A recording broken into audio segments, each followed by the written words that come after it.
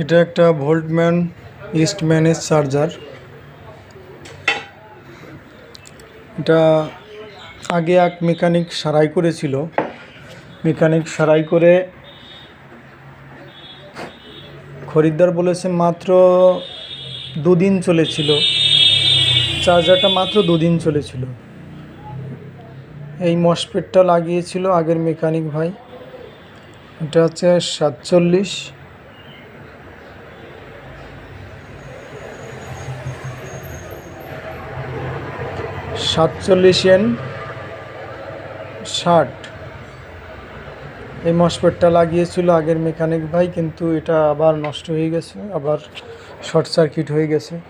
তো যখন মেকানিক ভাই এটা সারাই করেছিল তখন এর যে ড্রাইভ আইসি ছিল,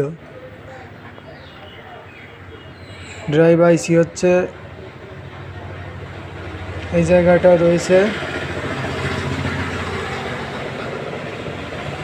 6805 আইসি, ড্রাইভ আইসি। এটা চেঞ্জ করেছিল কিনা আমি জানি না, তবে ওই আইসিটা খারাপ হয়ে গেছিলো। এখানে যে ভোল্টেজটা 17 ভোল্টেজ তৈরি হয় ট্রান্সফরমার থেকে, এখানে ঠিক এই জায়গাটায় এই রেজিস্টার দুটোই কাটা ছিল। এখানে একটা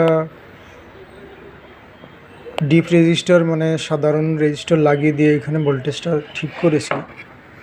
এর রিলের যে ট্রানজিস্টার ছিল এসএমডি প্যাকেজে, সেটা খারাপ হয়ে যায়। এখানে আমি একটা সাধারণ ট্রানজিস্টার দিয়ে এটাকে অপারেট করেছি।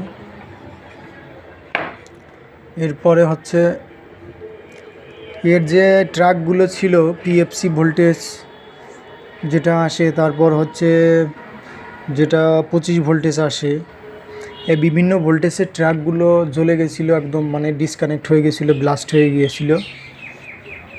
ওর সঙ্গে সঙ্গে এই 6805-এর যে আইসির পাশে যে পিএফগুলো ছিল, ছোট ছোট পিএফ এসএমডি প্যাকেজের পিএফগুলো শর্ট হয়ে গেছিলো, দুটো পিএফ শর্ট হয়ে গেছিলো।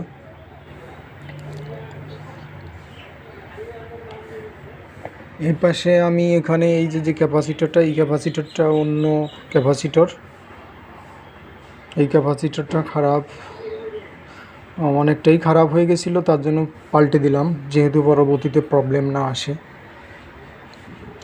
ক্যাপাসিটরটা চেঞ্জ করে দিয়েছি। আর মসফেট লাগিয়েছি 48N60।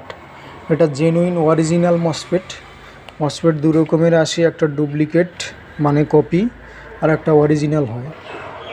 আমি 48N60-এর যে অরিজিনাল মসফেট হয় সেগুলো লাগিয়েছি। মসফেটটা প্রাইস, মার্কেট প্রাইস একটু বেশি থাকে,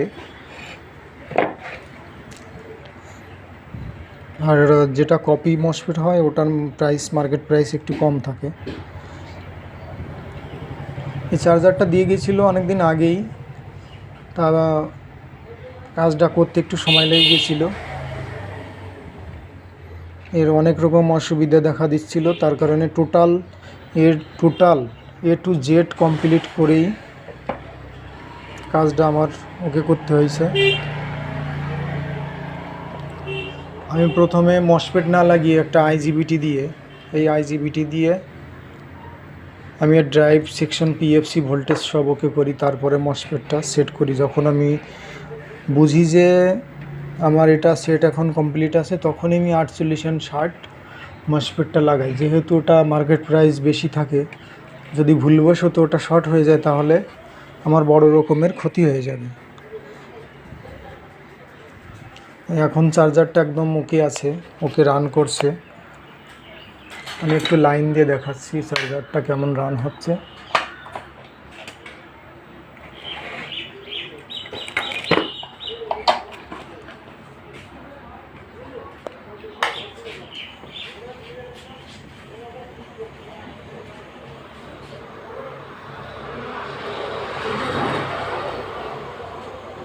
চার্জারটা এখন এরকম রান হচ্ছে। এতে ব্যাটারি জোড়া নেই, ব্যাটারি যদি জোড়া থাকতো তাহলে এটা চার্জিং শো করতো, ফ্যান চালু হতো। এখানে 64 ভোল্টেজ, এই যে নেগেটিভ পজিটিভ আছে এখানে 64 ভোল্টেজ। ব্যাটারি জুড়লে এখানে আউটপুট হবে। তার আগে আমার যে ক্যাপাসিটর দুটো আছে এখানে, এই ক্যাপাসিটর দুটোর লেগে ওখানে আমার 64 ভোল্টেজ এখন রেডি আছে। যখনই আমি এই প্লাগটা ব্যাটারির সঙ্গে যুক্ত করব, তখনই এই রিলেটা অন হবে। রিলেটা অন হলে আমার এই পাশে ভোল্টেজ আউটপুট হবে এবং এই পাখাটা, কুলিং ফ্যানটা চালু হবে। আমার এখন সেটটা একদম ওকে আছে।